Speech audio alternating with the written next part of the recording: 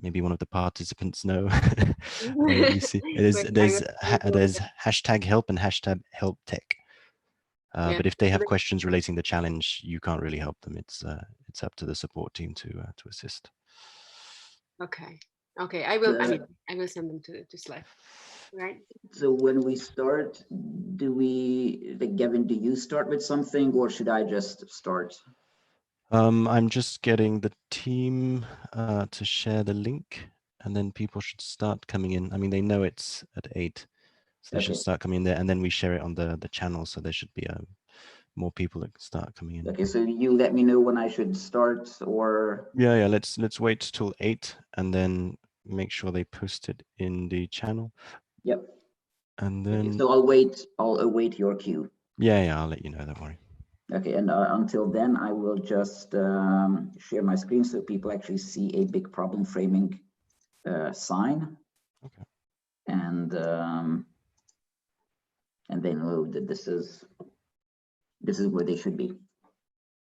Okay.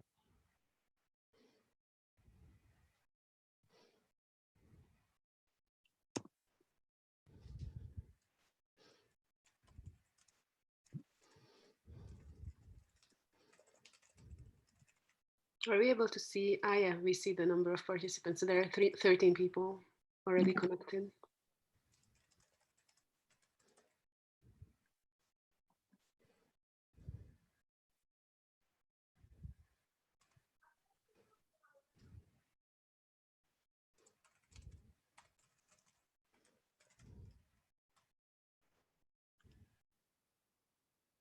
So I don't know if people are already hearing me, but this will be around problem framing. We're just waiting for other people to join as well.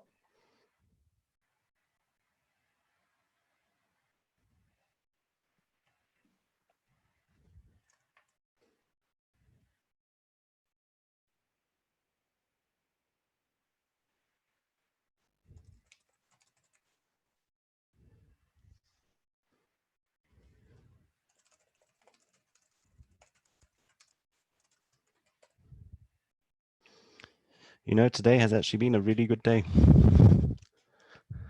In what terms? Well, we're expecting it to be a lot more difficult, a lot more problems, even though there were some. After 10 days of hard work, it's okay. It's really turned out quite well. I'm happy to hear.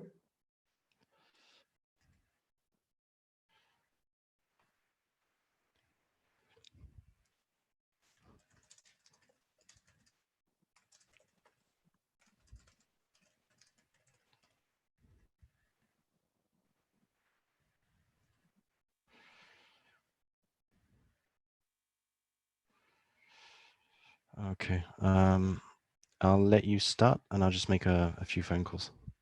So should I start? Yeah, you can go ahead. Okay. So hello, everyone. Hopefully you are hearing and seeing me.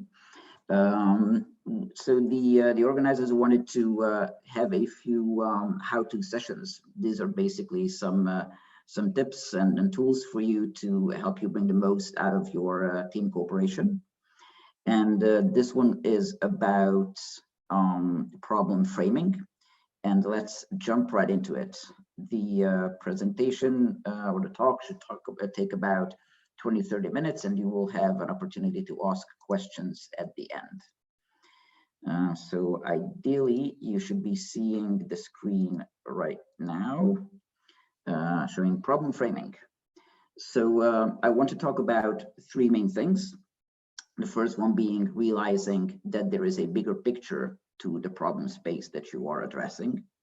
The second being exploring the bigger picture, which is basically looking at more details of that bigger picture and identifying where you can play within that. And then finally, a few thoughts about getting to start to work on your solution.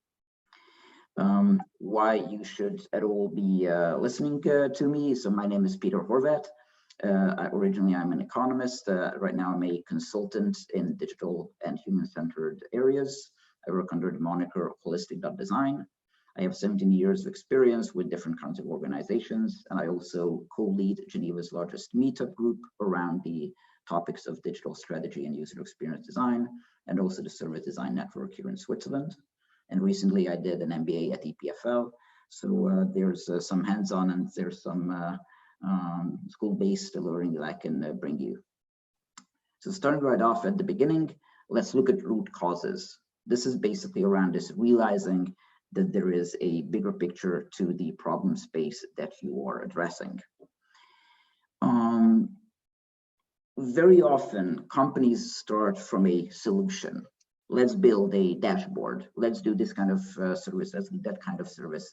And very often, because of the limited time in a hackathon, the same is true here, that teams very often quickly jump on a solution and then spend the next 2-3 days hacking away at what the solution should actually be specifically. Instead of that, what I propose and what I'll give a few tools to is to start with the problem and look at really the problem. Even if you already have a solution and the definition of the topic that you are addressing, take a moment and think, who are you proposing the solution to, and what problem is your solution going to solve? And the best way to really, look at more details of your problem space is to look at some underlying causes that fuel the problem that you are addressing. And so, if you look at this, and this will be a tool that you can use very simply during your team discussions as well. You have a problem that you have, here at the head, and there are various types of. Sorry, I'll just mute some things that are going on here, and I should be back. So there's a problem, and there's various causes that fuel that problem. What you should ideally do is, instead of look at every cause as a separate cause that fuels a problem, categorize that into various main categories. One classic way of doing this categorization is doing these 6 categories: people, management, environment, process, equipment, and materials. So this comes from manufacturing, which looks at things that come into the organization, things that are given, and then the people side of things. And then what you can do is, underneath each of these main cause categories, you can list some underlying causes that cause the problem. Of course, you don't need to use these 6 categories when you are working. You can use other ones as well. This is, by the way, called the Ishikawa diagram. It's a couple of decades old, but started from manufacturing, got into management, and it's something that you can very easily use as well. So you do not need to use these 6 categories. You can use 4 categories or only 2, or however many you want. To give you an example on what this would look like for the coronavirus, one of the solutions that, of course, is on everybody's mind is finding a cure, a shot that everyone can get that protects you against coronavirus. But really, if you dig down, the problem is that we have a global pandemic that has a chokehold on society and economy. And the underlying causes that fuel this, as one category could be healthcare. And one of the underlying causes under healthcare could be that there's no early warning system to warn us about new kinds of sicknesses. Another category could be environmental. So, like planetary health and the balance between humanity and nature, the rest of nature. And so what you can do is start creating these categories and writing the underlying causes under each of those, adding multiple categories, multiple causes as you go along. And then what this can help you do is actually find a problem that maybe you can address better, is maybe more focused than a very large problem, because having a global pandemic, that it's not one solution that will have that. But finding solutions to each of these underlying causes can help you. And if you identify what the underlying causes are, then you can find a solution specifically for that. And if you are looking for a visual reminder of, to remind you of how this thing works, then the USS Enterprise from the TV series Star Trek is a good example, which has the engines here on the left and right side, and those are the things that fuel the problem itself. One quick thing that I got from the team is that, of course, you are able to ask questions. So there's a Q&A or a chat function where you can write in elements, where you can write in questions. And what we will do is then we will take those questions at the end of this presentation and answer your questions. And we will also share this document itself, so you can review this and look at its details. But do go ahead and write your questions into the chat, and we will be trying to address them afterwards.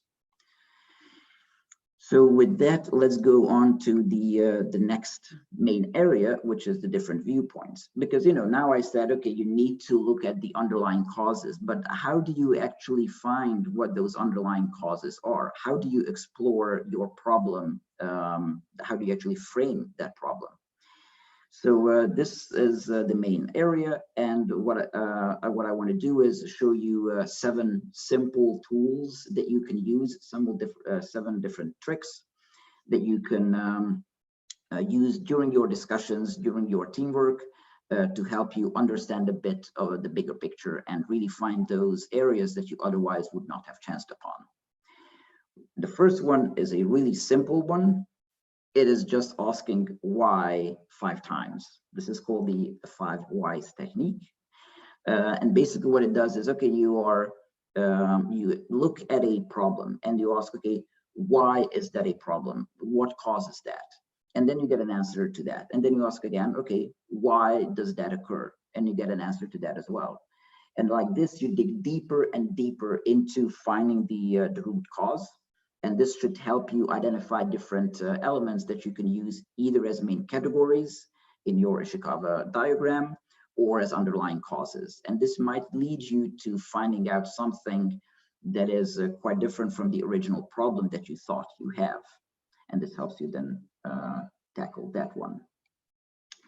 The next tool for problem framing is to bring outsiders into the discussion. Now, the good thing being at a hackathon is the teams that have formed or are forming now consist of outsiders only, which means that everyone brings a different background, everyone brings different knowledge, and it's worthwhile to hear out everyone, even if their area of expertise might not on first thought be what what you would be looking for this specific area. What you should keep in mind is that as you are progressing during the next few days, is to always bring in outsiders. And ideally, these outsiders should be the actual people that are either experiencing the problem that you are solving, or who will be using your solution that you come up with, because this helps you get that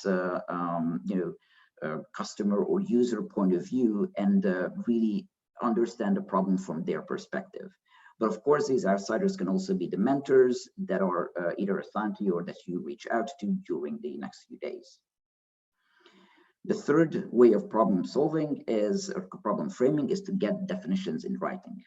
Now, what I mean by that is, at various points during the next few days, you will come to a few decisions where you're saying, okay, so this is what we will go ahead with, and let's continue with this. So when you are doing this, then before you say, okay, so let's go on, ask everyone to write down in 2 or 3 sentences only how they understand this conclusion that you came to. And if everyone on your team writes it down, you put it into a shared Google Sheet or whatever you are using, and you make sure that there are no discrepancies between them. This will enable everyone to get on the same picture, or get the same picture, while spending some time, with themselves, on themselves, to think through how they themselves understood the decision that has just been made. Another good little tool for problem framing is asking what is missing. We are all human, and what we like to do is, if we are presented with information, we like to jump on that information and start using that information, coming up with solutions to it, or trying to use that which is already at hand. Instead of that, what this technique proposes is that, okay, you take that information, that data, or whatever you have, but instead of starting to act on it, you actually ask what is missing from it. So for example, if you have data on hand, do you know its source? Do you know when that data was taken?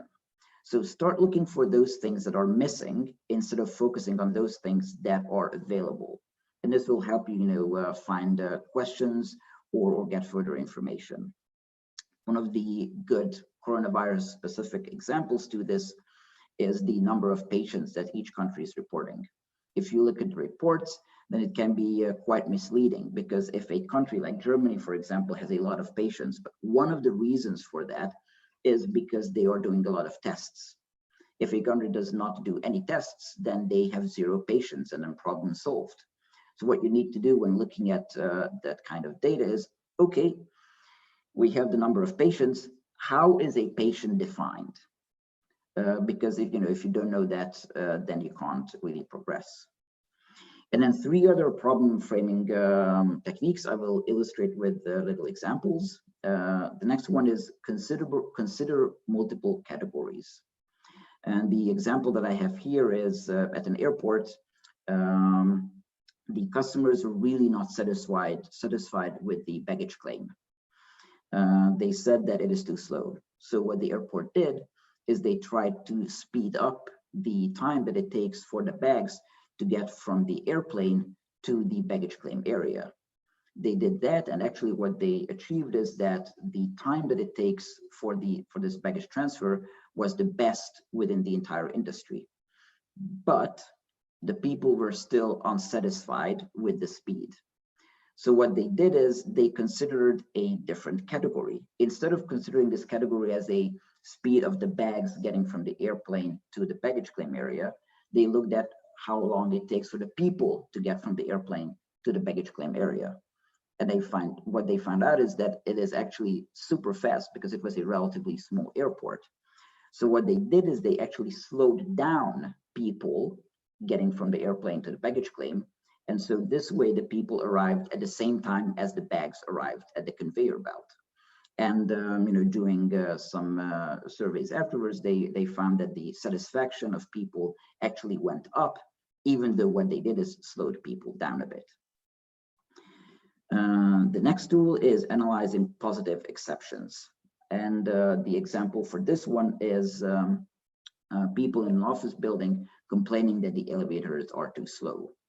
Now, again, instead of jumping to a solution and speeding up elevators, what you can do is look at, okay, what is a positive exception? Meaning, when do people not consider the elevators being too slow? And in this particular case, they looked at the data, and what they found is that people were unsatisfied with the speed of the elevator during lunchtime, which of course makes sense, because that's when a lot of people are using it at the same time. And then instead of speeding up the elevator, you can use various solutions. For example, you can bring food to every story so that people don't have to take the elevator in the first place. And then the last one is questioning the objective. This is the Space Needle in Seattle, where I was a couple of years ago. I visited it, and this is basically a museum. So when you queue up, of course, there's a long line to buy your tickets to the museum.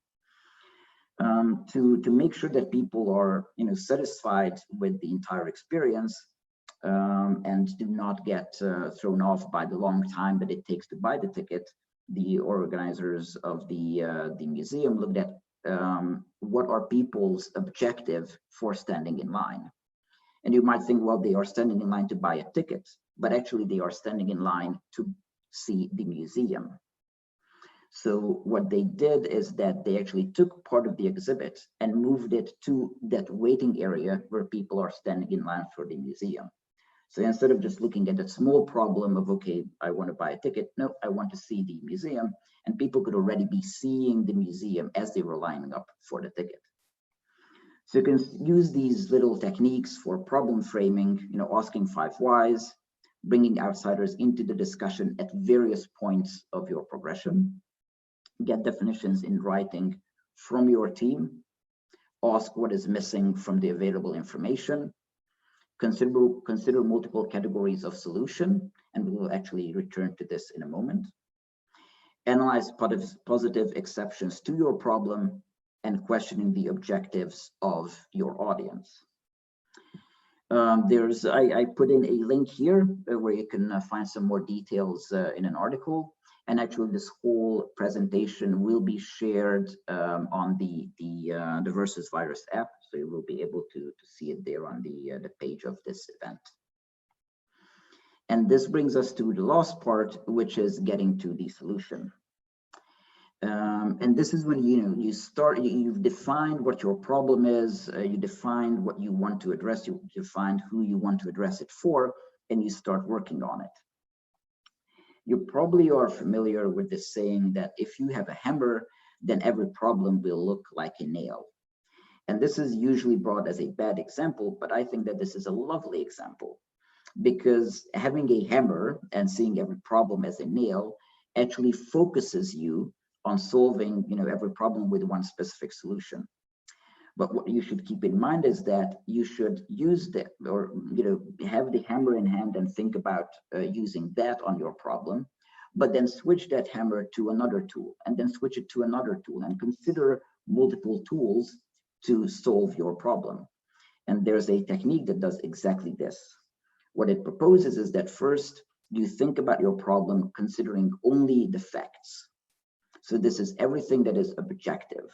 It looks at data, it looks at facts, it looks at gaps in the information that is available, and you then discuss only about that part of the problem.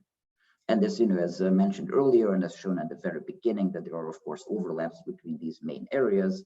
This is the same thing as questioning the data that you have available.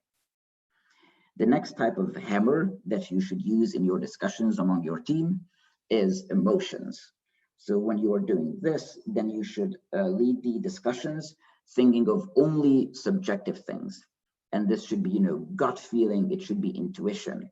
And when you are discussing the problem from this emotions perspective, then it is okay if you cannot say why you have this feeling. You can say that, I don't think this will work.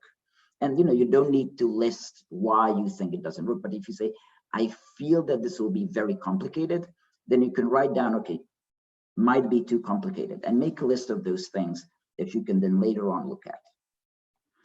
The third kind of hammer that you can use is called logical negatives.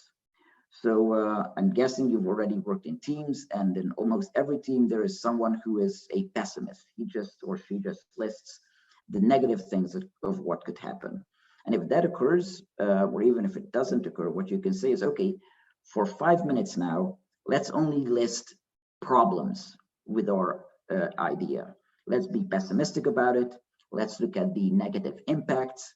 Let's look at what the problems might be with this. Let's see why this might not work. I see someone has raised their hand, so what they can do if they have a question, then they can go to the chat and they can add their questions there, and in a few minutes we will address that. Of course, if you look at negatives for too long, you might get discouraged. So what you can do then is do the exact opposite and spend a few minutes on looking only at logical positives, meaning be optimistic about your solution. Look at what the best outcome could be, what the potential of the idea is, why your team is uniquely equipped to actually make this a reality. This will give you an opportunity or a boost to continue. And when you're doing this, then you should only, say the positive things that can happen. If there is someone still raising problems, you need to say, this time we are looking at the positives. The fifth type of hammer that you can use is creativity. And when you're doing this kind of discussion, you should only be looking at new ideas, outside the box thinking big, bringing in examples from other industries that have worked, because maybe that's something that you can use. A quick example that I recently chanced upon is that in Belgium, apparently one of the people responsible for handling the coronavirus is actually not a doctor, but a veterinarian. So he usually works with animals and not people. Nevertheless, the ideas that he brought in from that area helped a lot in the country handling the crisis. And then the sixth thing is planning. So, you know, you've looked at all these kinds of approaches, but it also needs to be some time to look at the timing, look at organizing, assigning tasks, making choices on when to use these kinds of thinking. And putting all of these six things together, this is actually called the 6 thinking hats. I also linked, included a link about it here. And I think that illustrates well that, you know, when you have the white hat on, which represent facts, then, you know, you have that hat on. And when you have that white hat on, then you must think only about facts, objective things, data, and so on. And you can sort of switch these hats, but what should ideally happen is that when someone you know, suggests to use the facts, then everyone puts on the white hat and everyone discusses that way. And then you switch hats. And this is where the planning comes in. And so, you know, the things that you put aside, for example, in the negatives, you need to list them. So if you say that, okay, but I think that this solution will require, you know, a lot of money, then you put down, okay, budget is an issue. And as you are progressing in your solution, you need to then address that. You need to find not necessarily a solution, but you need to keep that in mind that, okay, that, you know, this solution will require a lot of funding, so you will need a lot of help. Or it might be that, you know, the market that you are operating in is heavily controlled, especially if you are working, for example, in medical areas. You might say, yes, but this needs a long time for testing. Then put it down and make sure that that is addressed in your final solution.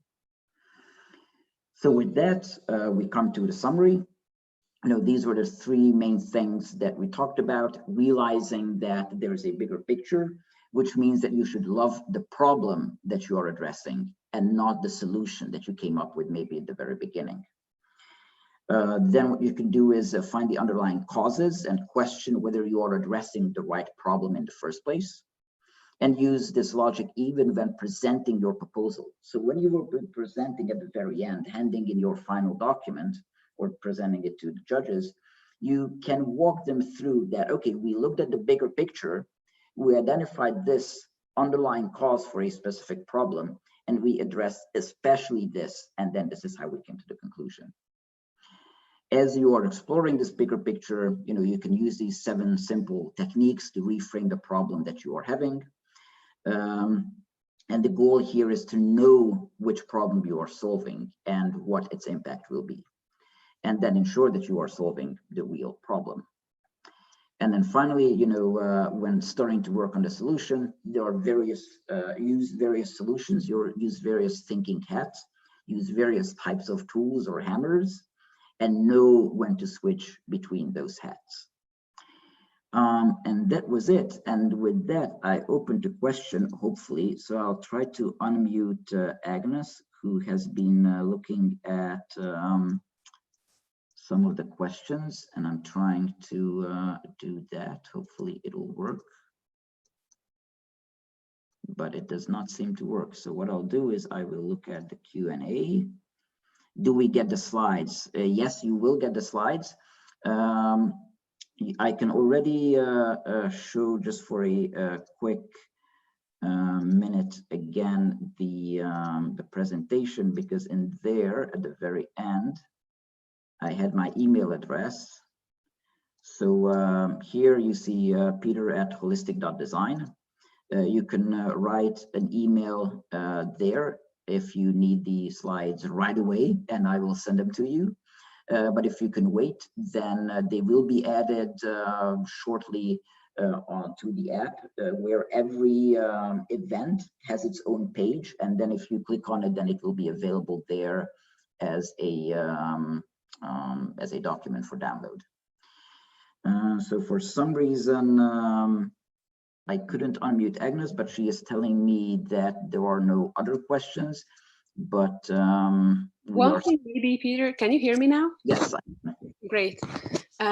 So maybe one thing what you know for the participants is how they can reach you in case they have a specific question, maybe during the duration of the hackathon, if you can make yourself, or if you want to make yourself available for problem framing or anything related. Sure. So you should see the screen now, which says good luck to you and have fun with these tools.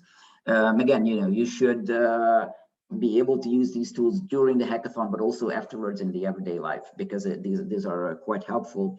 And you see my email address here, which is peter@holistic.design. But what you can also do is I'm one of the mentors, so you can search for my name, Peter Horvat, among the mentors, and you can reach out to me through that as well. And I will be able to answer any questions that you might have about this, or if you have questions around user experience design or strategy, then I will be able to help you with that as well. There is one more question that just arrived from Bajal, Sure. who is inquiring about the access to the app. The app is overloaded, this is for sure, and we had some input from the technical team before, and any technical questions should go directly in the Slack. This is where you will find the people who are able to answer those questions. Yeah, and around the app, so you can go to app.versusvirus.ch, and if you're already registered, then you can just add your email address there and get in. But if that doesn't work, then as Agnes mentioned, you can go to Slack, and there is a help chat there, and there you can look at or submit your problem. And I see there's a chat. Yeah, someone wrote that they didn't understand the very last part. It was a Sandra. So Sandra, feel free to reach out to me on this email address, and you know, I can even do a very quick call with you to clarify that, or I can send some further reading so you can get a bit more detail into that. And if there is nothing else, then I think we will close it down. Thank you everyone for your time. I wish you a great hackathon. As mentioned, I'm among the mentors as well. So if you have any questions, you can reach out to me there as well. And you know, let's defeat this thing all together. Thank you everyone, and then without further ado, have a good hackathon. Bye all.